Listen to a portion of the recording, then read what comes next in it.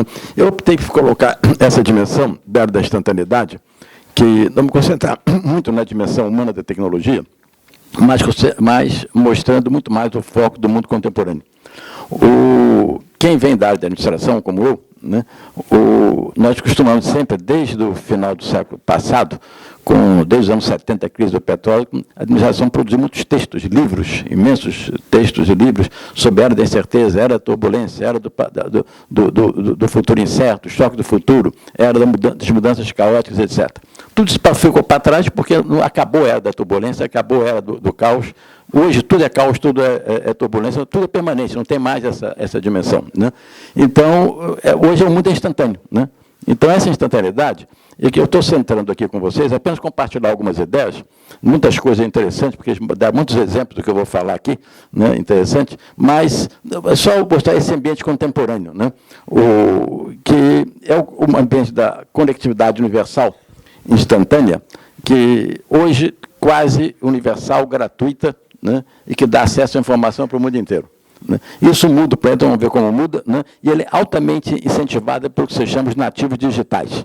São essas pessoas que nasceram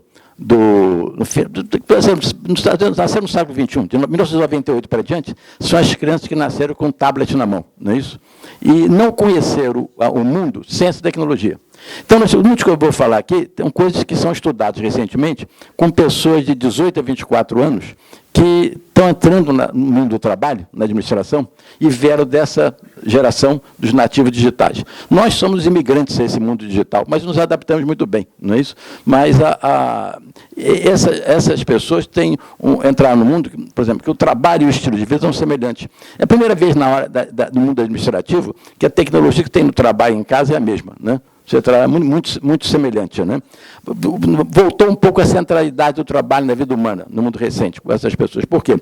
Se nós notarmos, mesmo no final do século passado, nos anos 90, havia muitos textos, muitas propostas, muitas previsões que acabaria a centralidade do trabalho na vida humana. O mundo sempre foi fora a centralidade do trabalho surgiu com a Revolução Industrial, em que se tirou as pessoas de casa, levou para a fábrica, e nos últimos 200 anos, a vida humana é centrada no trabalho. Família depende do trabalho, depende do ambiente do trabalho. Mas pensava que isso ia acabar. A tecnologia reverteu isso, né? Porque hoje as pessoas trabalham 24 horas, o acesso é permanente e a centralidade voltou. O avanço, sociabilidade virtual. Uma das coisas mais interessantes nesse estudo de trabalho com essas pessoas, esses nativos digitais, é como eles trabalham com forma acentuada, e todos nós, a sociabilidade virtual, inclusive no trabalho. Reuniões com essas pessoas, algumas pesquisas feitas com pessoas de 19, 20 anos do bem de trabalho, nós na academia, eu sou professor, vai com essas pessoas, eles vão para as reuniões de grupo, né, esquecem a oralidade, se comunicam por texto, né?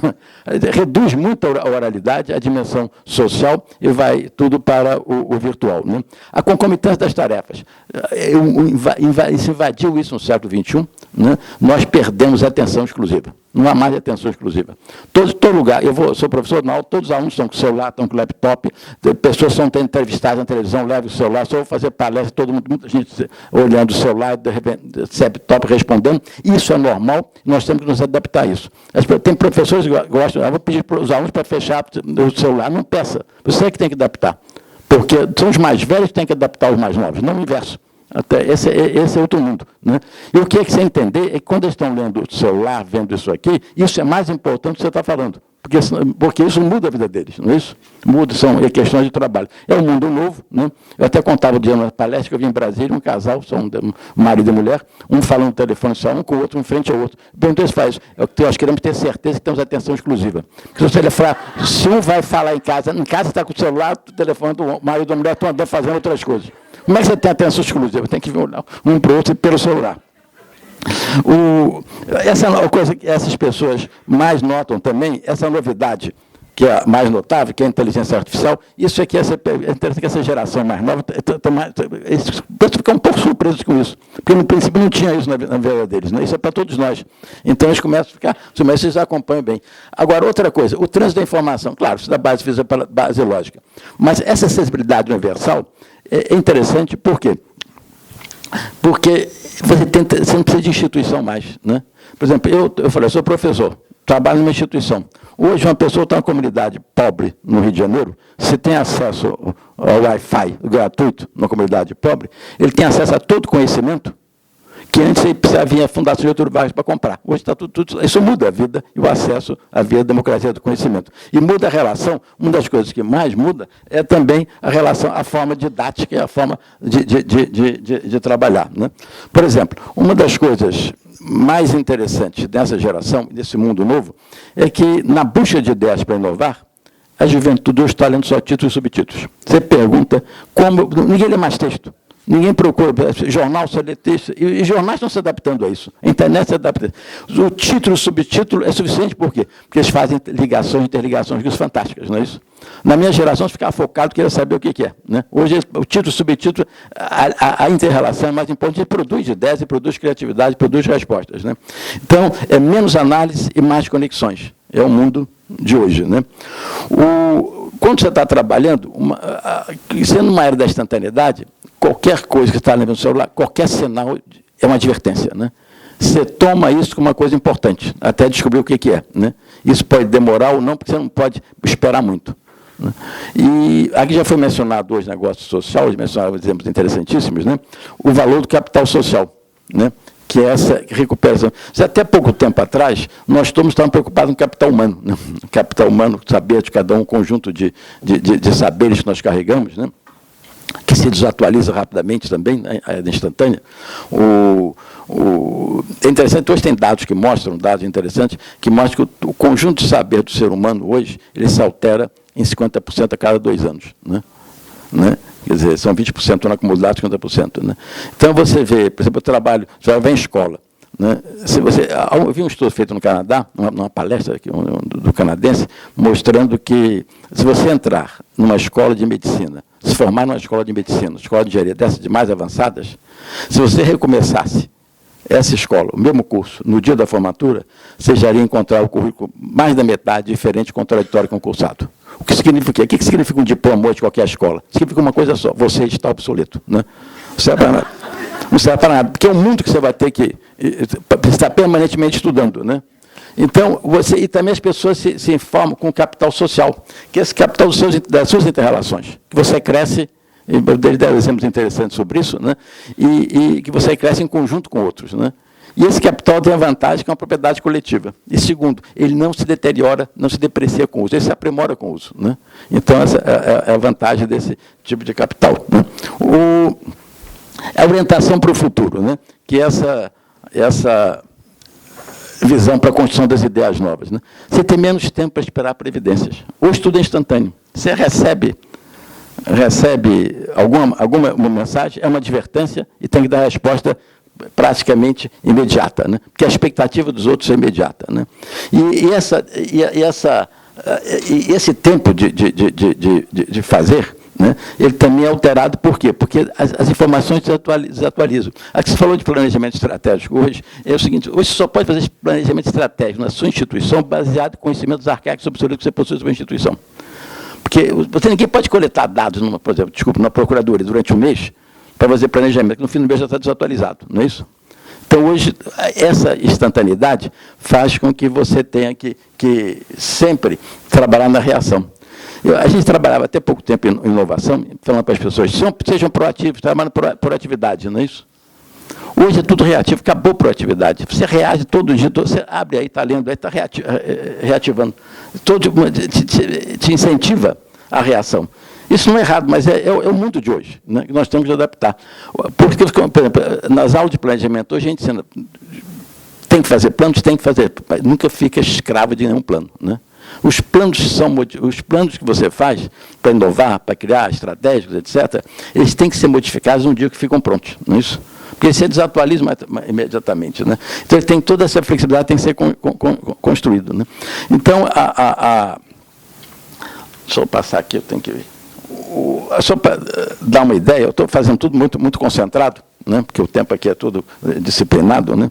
Para tudo isso tem 500 coisas a mencionar, mas essa ação criativa que nós estamos mencionando, né? Hoje, eu coloquei a interligação, a variação de lógicos significados para quê? Fazer a contradição dicotômica. Quando você faz uma dicotomia, você exagera um pouco, você puxa para um lado, puxa para outro. Mas o mundo menos de análise focado e mais de interligações. O mundo está crescendo para esse planejamento todo, buscar interligação. A gente vê exemplo de planejamento aqui, transversal, palavras modernas, transversal, ligar, interligar, fazer em conjunto. E aqui, todos os modelos de planejamento de política pública são colaborativos, interligados, de rede, é o mundo da rede, né? É o mundo interligado. Né?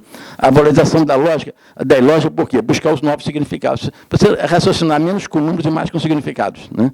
Porque existem várias maneiras de você fazer isso, né? Mas você busca um significado importante em cada dimensão de dado, de informação que você possui. Né? E menos enciclopédia, né? Antigamente você tinha que dar até um ensino. Né? Você falou de ensino, escola, era muito enciclopédia, não precisa mais. A criança já leva isso aqui no bolso, ela é uma enciclopédia, o saber do mundo aqui. Ninguém precisa mais memorização. Né? O mundo de ensino é outra coisa. Né? Antes você reprovava um aluno porque não sabia memória, não é isso? Esqueceu, está reprovado. Né? É uma coisa horrorosa. Hoje, se você fizer isso, para quê? Né? Tem que. Eu não gosto, eu sou outro problema, não gosto muito de escola que reprova, né? Não gosto de escola primária. Escola que reprova no elementar é exatamente o hospital que mata, não é isso? Mesma coisa. Se o aluno não sabe, vai para a escola, não é isso? A escola manda embora, reprova, né? Não tem sentido. Né? E buscando informações em momentos especiais. Hoje é um aspecto contínuo, por isso que o mundo muda a cada momento. Né? Você tem que estar atento a isso. Né? Eu estou com se eu tenho seu tempo aí, eu não estou invadindo o seu tempo. Né? Outra aí, a geração, quer dizer, ação criativa. Você vai ter menos a genialidade de poucos e mais a criatividade de muitos. Né? Porque acabou esse negócio de fazer inovação com comissão de nobres, a nobreza dos nobres, não é isso? Antigamente tinha muita ideia para fazer a comissão dos nobres para fazer inovação. No mundo que a formação circula universalmente a todo momento, você tem que usar muito mais circulação de informações da cabeça de todos para produzir as ideias, não é isso? E reduzir a pressão de comissão de nobres. As comissões de nobres podem existir para certos tipos de análise, algumas coisas, mas não é a base mais de toda a inovação. Né? Hábitos eficientes. Não são os hábitos de eficiência, quiser olhar quem é eficiente, quem não é, mas os talentos criativos. Quem é capaz de fazer de maneira diferente. Né? Essa é uma coisa importante. A originalidade da criação, para a capacidade de torná-la útil. Né? O pensar, o que eu estou mostrando. O mais importante hoje é a criatividade de muitos talentos criativos, a capacidade de torná-la útil e compromisso com a ação. Inovação é uma ideia que foi aplicada. Se não é aplicada, não serve para nada. Não é isso? Não pode pensar, etc. Então, essa coisa prática, porque a sociedade instantânea exige respostas imediatas. Né? Isso é prático. Isso tem que ser construído no próprio sistema. Né? E essa aqui, só para terminar, essa é uma ideia da ação criada, de configurar mesmo na era da instantaneidade. Né? Quer dizer, primeiro, o seguinte, se o mundo está em constante mudança, ver a instabilidade como promissor e a estabilidade como ameaça. Né? Se ficar estável, está perdido. Né?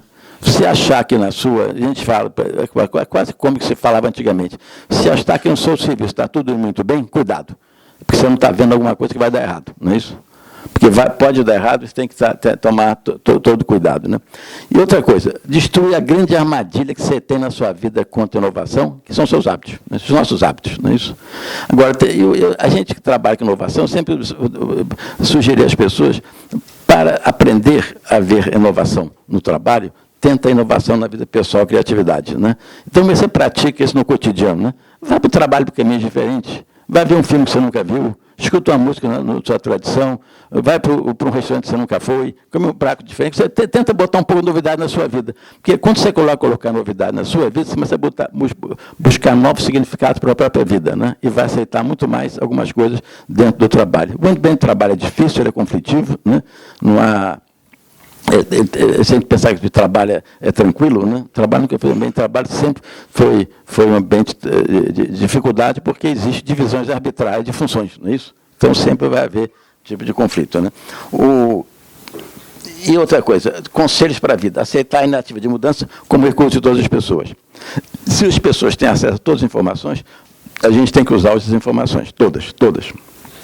que é um recurso que estão com as pessoas. E acreditar no ser humano, né? Naquela potencialidade do ser humano de responder às provocações do mundo. E responde, né? Porque a gente sempre, hoje é muito comum, a gente fala, o mundo tem mudanças rápidas, mudanças, né? Sempre foi assim, a vida sempre foi assim, né? E eu me lembro que quando eu mexia muito com isso na vida, eu me lembrava de Adão e Eva, né? Mas quando Adão e Eva foram expulsos do paraíso, o que um deve ter dito para o outro? Vivemos em um mundo de mudanças rápidas e surpreendentes. Não é isso? Porque é mais ou menos que sempre esteve assim, né? Agora, as épocas, né, se adaptaram de maneira diferente. Agora nós estamos enfrentando uma época tecnológica totalmente diversa da anterior. Primeira vez na vida que a tecnologia do trabalho invade o mundo doméstico, invade a nossa vida, né? Isso é uma mudança fundamental. Eu só fiz aqui um panorama rápido para sugerir como essas pessoas jovens, esse mundo da instantaneidade, esses nativos digitais, nos inspiram, né, a ver a inovação. E a rapidez de fazer as coisas, né, ela passa a ser o produto da inovação. Eu botei lá, tinha um slide, tinha o Satisficer, né, que eu saltei ali, né, o do Prêmio Nobel de Economia, quer dizer, ele ganhou um Prêmio Nobel porque ele criou essa expressão, que é o limite da racionalidade, né. Hoje você decide, ele dizia isso no final do século passado, você decide, não no momento ótimo, não faz mudança ótima, nem maravilhosa, o mundo é suficiente e satisfatório. E 2 prêmios Nobel nesse século, 2012 e 2017, ganharam o prêmio Nobel, vendo essa dimensão de racionalidade. O que significa isso? Vai inovar? Rápido, ainda que incompleto ou mal feito, corrija durante o caminho, mas não fique parado, né? Ou então, aquela expressão clássica dos americanos, uma decisão rápida, uma inovação mais rápida, é melhor do que a melhor decisão. É tão boa quanto a melhor decisão, né? Então, só pensar um pouco sobre isso. Muito obrigado pela atenção de vocês, né?